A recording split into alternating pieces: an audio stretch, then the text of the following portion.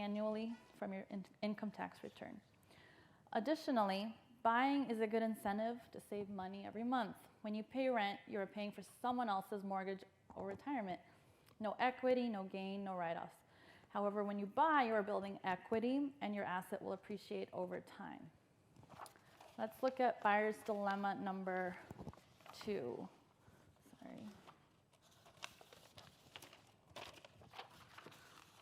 Okay, the answer to this question is directly associated with your motivations, but you need an expert to break down the characteristics of each property: condo, co-op, townhouse, or single-family home.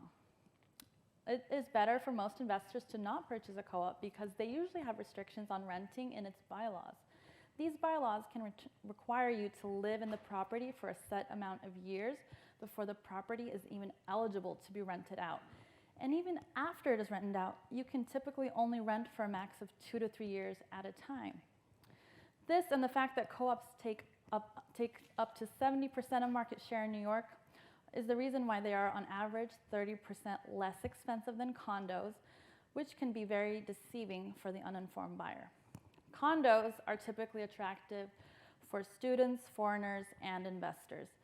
They are also easier to renovate and have less stringent requirements for buying, unlike co-ops.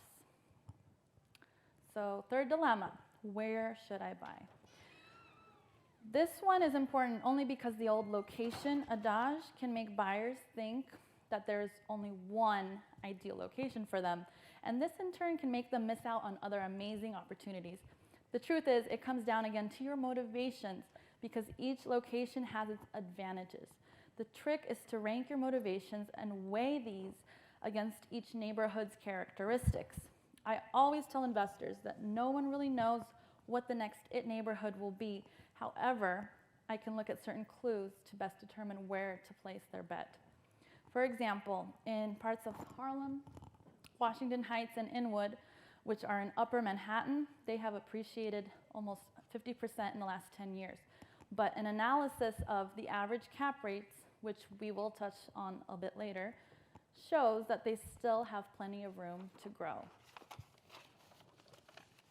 Buyer's dilemma number 4. Is it better to buy a turnkey apartment or a fixer-upper? First, again, we need to determine the timeline, since this will affect the pros and cons of both options. An advantage of turnkey property is that you can move right in or start renting immediately to receive passive income. A disadvantage is that they have less appreciation potential sometimes, as you are buying a market rate apartment with no value add. Also, the apartment may not be renovated exactly to your liking. In a fixer-upper, the advantages are many.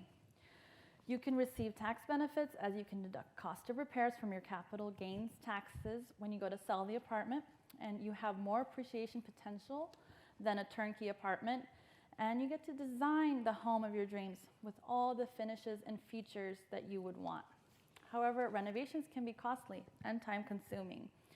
You need experienced professionals who work in New York City and understand all of the nuances and hurdles that come with renovating in the city. If you are gut renovating an apartment, estimate at least 6 months for the work to be completed, as getting permits approved from the Department of Buildings is time-consuming and expensive. Also, there can be unexpected construction delays. And another special caveat of New York, a co-op board has the right to approve or reject your renovation plans, so keep that in mind when proposing any significant changes. Secondly, what is the purpose of the renovation? Are you renovating your primary residence to live and customize it to your own tastes, or are you renovating to rent it out? Is this a stepping stone, or will this be your forever home? If it's your primary residence, for future sale, I'll give you a pro tip. Keep the renovation finishes more neutral and not too trendy, so it doesn't go out of style in the next 10 years. This will also appeal to a wider pool of buyers when you go to sell, so you don't have to re-renovate again. If it's your forever home, go for it with the design. On the other hand, if this is an investment property, keep upgrades to a minimum in order to make the price appealing for renters. A pro tip, you don't have to spend exuberant amounts of money on high-end appliances, marble countertops, and wide plank hardwood floors, as not all renters will treat the home with the same care and respect as an owner does, and repairs and maintenance can prove costly. Buyer's dilemma number 5. So congratulations, you found the perfect property. How do you place a strong and compelling offer to lock it in? The one thing that gives me absolute confidence that my clients are placing the right offer is this: doing the homework. I analyze the comparable properties, or comps as we call them, exhaustively to determine the property's value, which often is not the listed price. I have my clients prepare their financials in advance, and then I use these two to determine our negotiation strategy. When it comes to my clients' financials, these are the most important things to prepare. Number 1, financial statement. 2, their mortgage pre-approval letter. 3, in New York, the building also has to be approved by the lender, so I always check who is the preferred lender of the building to prevent any issues. 4, they need to know exactly how much post-liquidity they will have. And 5, they need to know their debt-to-income ratio. When it comes to preparing a negotiation strategy, a great agent should always be prepared with supporting documents to back up the starting offer, especially if it is way below listed price. I also find it important to determine if my buyer is the type who may want to negotiate back and forth several times, or if they rather not play that game. If it's the latter, they may want to come in stronger, expect only one counter, and then go straight to a best and final. So this brings me to how to assess the property's value. This is one of the most important questions. Calculating a home property value is both art and science. There are 3 types of data you can gather from comps, which put together will paint a very clear picture of what a property's value is. Please note, none of these have anything to do with the listed price. So number 1, the most common one is to find the average price per square foot of the comps and multiply it by the subject property square footage. Number 2, the rental price of the property or the average rental price of its comps can be reverse engineered in order to determine the home value. In short, the monthly taxes, HOA fees, and mortgage should not exceed the average rental price. If they do, you may want to negotiate the price down or find a different property. Number 3, determine the capitalization rates of the comps, commonly known as the cap rate. The cap rate shows the potential rate of return on the real estate investment. The higher the capitalization rate, the better it is for the investor. The cap rate is the amount of cash flow you will earn from renting out the property divided by the purchase price. The higher the cap rate, the better the investment. In New York, you're lucky to find 5% cap rates, as the average is 3% due to the high monthly carrying costs and taxes. Some good old algebra can show you the possible value of the subject property based on the comp's average cap rate. The previous methods deal only with cold numbers, but that is not the whole picture. The next step is to adjust for the variables that may make the property unique. And this is where the experience and intuition of an agent takes over when Zillow or an Excel sheet can only take you so far. So I have listed the most common examples here. When it comes to market fluctuations over time, most people and algorithms will use the average delta of the entire neighborhood to calculate the change in their home value over time. However, there is a submarket to each and every neighborhood and even block where the market could be overperforming or underperforming. For instance, an apartment on 63rd Street and Park Avenue facing Central Park appreciates differently than the same sized apartment a block away on 63rd and Lexington Avenue facing away from the park. Therefore, it's important to look at the average change in price in the building that you're looking at over the last 5 years or even longer. Number 2, some owners proudly renovate their homes with top-of-the-line finishes, the newest home technologies, and modern design. But in 5 to 7 years, will buyers put the same value on those trendy glass kitchen cabinets, brass hardwood, and built-in robotic furniture? These may not add as much value as the seller may think. Number 3, on the other hand, the type of view is also very important when calculating the price. For a loft building, let's say, that has 7 stories, the change in view and height and the light per floor can be quite drastic. So it is common to add about a 20 to 25,000 premium per floor. In a high-rise condo with, let's say, 40 plus floors, the change in view could be minimal. So calculation may be more like 5 to 10,000 per floor. Most people in Manhattan cherish open city and river views, but the rarest is to have a Central Park view. So it's no surprise the city's priciest condominiums are on Central Park South and Billionaires Row on 57th Street. 4, when it comes to size, the algorithms that many websites use to calculate a home's price cannot differentiate between the variations in layout. For example, let's take Unit 12C, a 700 square foot 1-bedroom, and Unit 11C, a 950 square foot 2-bedroom. They're obviously going to be priced differently, but the algorithm may see them as great comps since they're units in the same line. Therefore, you need to check the floor plans and layouts to make sure you are comparing apples to apples. And lastly, it's important to know which other special features add value, such as the ones I have listed here. I always tell my clients the listed price is nothing more than an arbitrary number. A good agent will select it carefully in order to drive the traffic to the property and get it sold quickly, but the market will speak for itself. Now let's talk about how to win a bidding war. So you found a fantastic piece of real estate and a bunch of other people find it attractive and may want it too. Clearly, when several people see the value in a home, this is a great thing because you won't have a problem when you go to sell it in the future. But you need to take into consideration a few things. Number 1, how much is it worth it to you? A property is only worth how much someone is willing to pay for it. I always tell my buyers to select a number that they're comfortable paying without feeling like they overpaid, but they need to make sure they won't kick themselves for not having offered just a little bit more, especially if they plan on holding the apartment longer than 3 years. It is worth paying a bit more for the home of their dreams. Number 2, submit a best and highest offer that isn't a round number. For example, let's take $617,000 instead of $615,000. This is exactly what happened to a client of mine earlier this year, and we won that bidding war by just $2,000.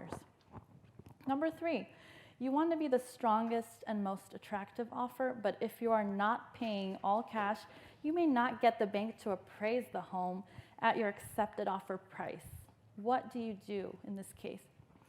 Keep a cushion of money just in case this happens so you can cover the difference in cash.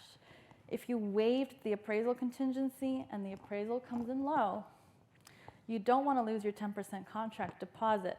So that's why it's good to be prepared and have a cushion of money. And finally, you want home values to increase in your neighborhood.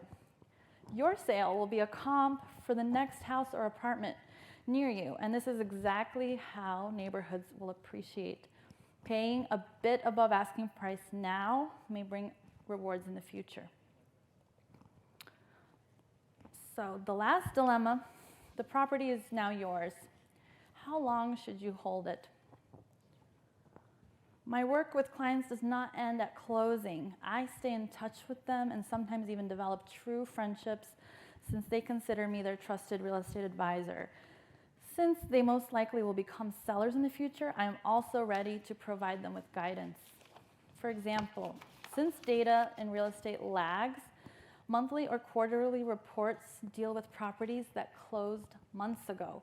And as agents, we see daily and weekly changes in the market. So we have a much more accurate pulse in real time. This is very important to take into account when dealing with short or medium-term investments. For longer-term investments, buying into the market at any time is generally safer if you plan on holding it for more than 5 years.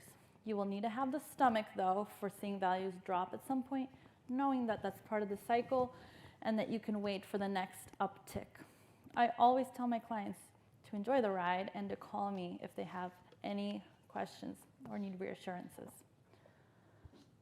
So my goal is to always make sure my clients are the most educated buyers, sellers, or landlords by using the strategies I discussed here. I help them to make the best decisions and to make them quickly. My expertise in working with home buyers has paid off twofold, since understanding a buyer's psyche is crucial when taking on a listing, and my buyers eventually do become sellers, which has grown my business substantially. Overall, buyers brokers have proven to be the essential and are leveling the playing field by setting a new standard in customer service and in the real estate industry. Oops, sorry. There we go. If you want to talk further about any of the subjects I presented here today, or if you're thinking of investing in New York, feel free to give me a call or send me an email. Here's my contact information.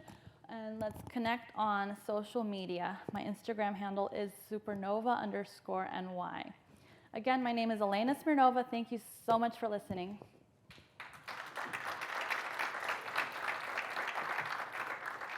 And if anyone has any questions, I'm happy to answer them, or you can shoot me an email and we can discuss. Yes? When you're dealing with your buyers concerning their pre-qual letter that they receive from their mortgage company, it's on? Do you ask them to get the max qualifying loan that they can get from the mortgage company? Yeah, I usually do, because that gives us at least the max of their budget. And then when we choose a property, it will be based on many other factors, but at least they already have that ready to go in case the apartment that they want is at their maximum budget. Okay. All right. Thank you. No problem.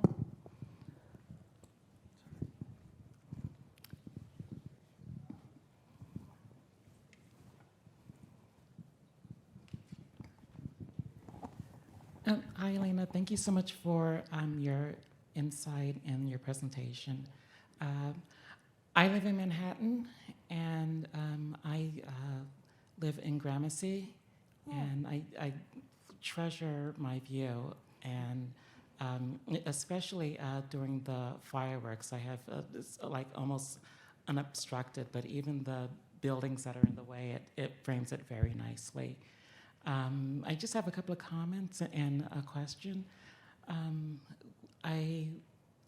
With what I do as a consultant for investors and for buyers and sellers, both residential and commercial, I am giving them an update on the areas, particularly if there are zoning issues that are going to be, presented to the area, and it can usually be a selling point. I just wanted to know your thoughts on that, and also when just as a comment, when one thing that I will advise a new buyer, residential, and even business, is to keep the property values going up, and to keep the neighborhood desirable, is to become involved in like local community boards and associations, business improvement districts, whatnot, because the precinct councils for security and things of that nature. So, what do you advise? What do you tell your clients about any sort of like zoning changes, and how do you advise them on that? Because I know that they're rezoning Soho.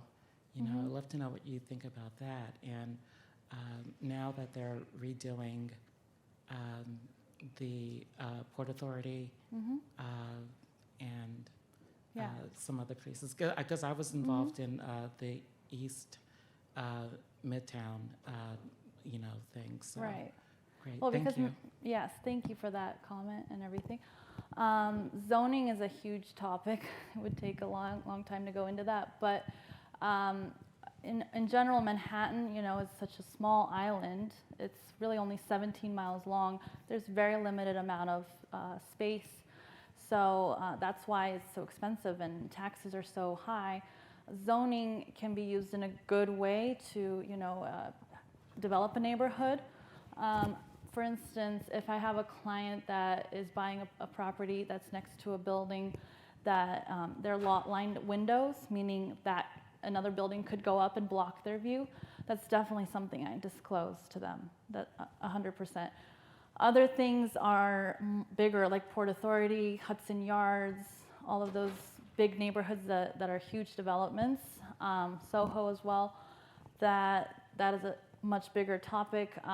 It depends on the city, so I appreciate you mentioning that they should get involved in their local communities, be on the boards, be part of the conversation, because not everybody is for these zonings. So you have to speak up as a neighbor if you have issues with those things. But I appreciate the question. That was great. Anybody else? Yeah. Hi, my name's Colleen. Wonderful presentation. I was just curious with the New York market if you guys are also experiencing like open doors and homey type of businesses coming in that are attempting to make the process fully virtual or just super seamless and easy. I was curious if that's something that you're discussing in your marketing with potentially like people who are new to the home buying or selling process. And Yes. yeah, so I wasn't sure how you're addressing that. That's great. Yeah, so thanks to the pandemic, we did have to pivot a lot. We were locked down, as you probably know, for 3 months. We couldn't show any property last year. So that was very challenging, but everyone, I shouldn't say everyone, the people that adapted are the ones, that are using these new technologies and 3D home tours. Some of the other things people were mentioning earlier today.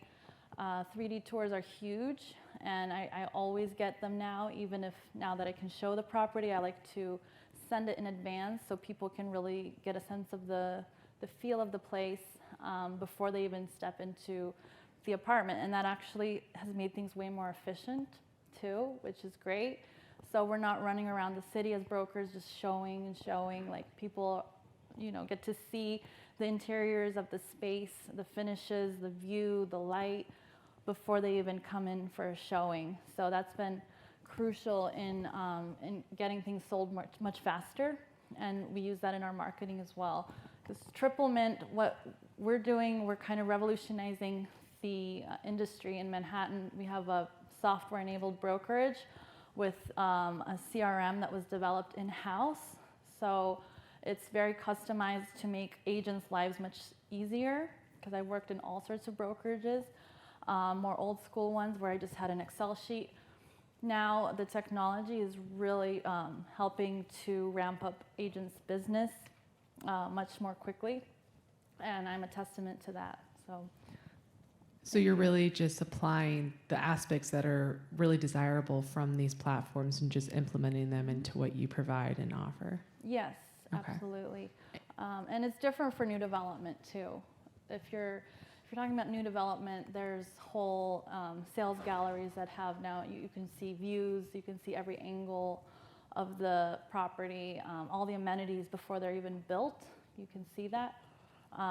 For existing properties and resales, we focus on really high quality Matterport 3D tours and posting them on all the sites, and also using social media marketing, other types of advertising to get more people to view these properties. Are you utilizing the discount method of, obviously everything's negotiable commission-wise yet. Mm-hmm. Do you find yourself adjusting that? Because I definitely don't want to do that. You mean commission-wise? Yes. No. Yeah, okay, cool. I do not negotiate my commission. Heck yeah. I'm sorry. We do a lot of work and we earn that commission. So, yes, woo. Um, yeah, no, because we don't get paid any other way. And we also have our own expenses, and we split the commission with our brokerage. So, I mean, if it's a matter of $5,000, if it's a deal breaker, I mean, that's someone that's just not serious. That's how I see it. Yeah. It's very clear you know your market very well, and I appreciated everything you just did. So I got a question. In a tough market like New York City, like some Los Angeles, Miami, some of the bigger marketplaces, how are you differentiating yourself with the Barbara Corcorans and the Ryan Serhants and the tough agents that are out there working and grinding just like you are? How do you do that in that kind of a market space with all this technology and social going around and everybody utilizing it? Totally. That's a great question. And I know Ryan very well too, and I used to work on Frederick Eklund's team, which is another top broker in the city. The thing is, you have to just trust and believe in yourself, and I always pride myself that I customize my approach to every client. So I'd rather have 10 really quality clients that I am very close with, and I tailor whatever their needs are, as opposed to going more, like Ryan, he has so many agents, so many listings, he's going more for quantities, or someone like Barbara Corcoran as well. As individuals, because I also am building my team currently, I have here in the front row one of my team members, we want to differentiate ourselves just by being way more involved. And that really goes a long way. I mean, technology can help us and can get us out there, and social media as well, but at the end, the people are what matters. So that's what I found.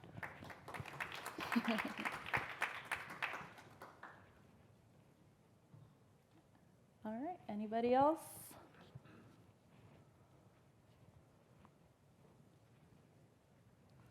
Okay, I think that's it, right? Thank you so much.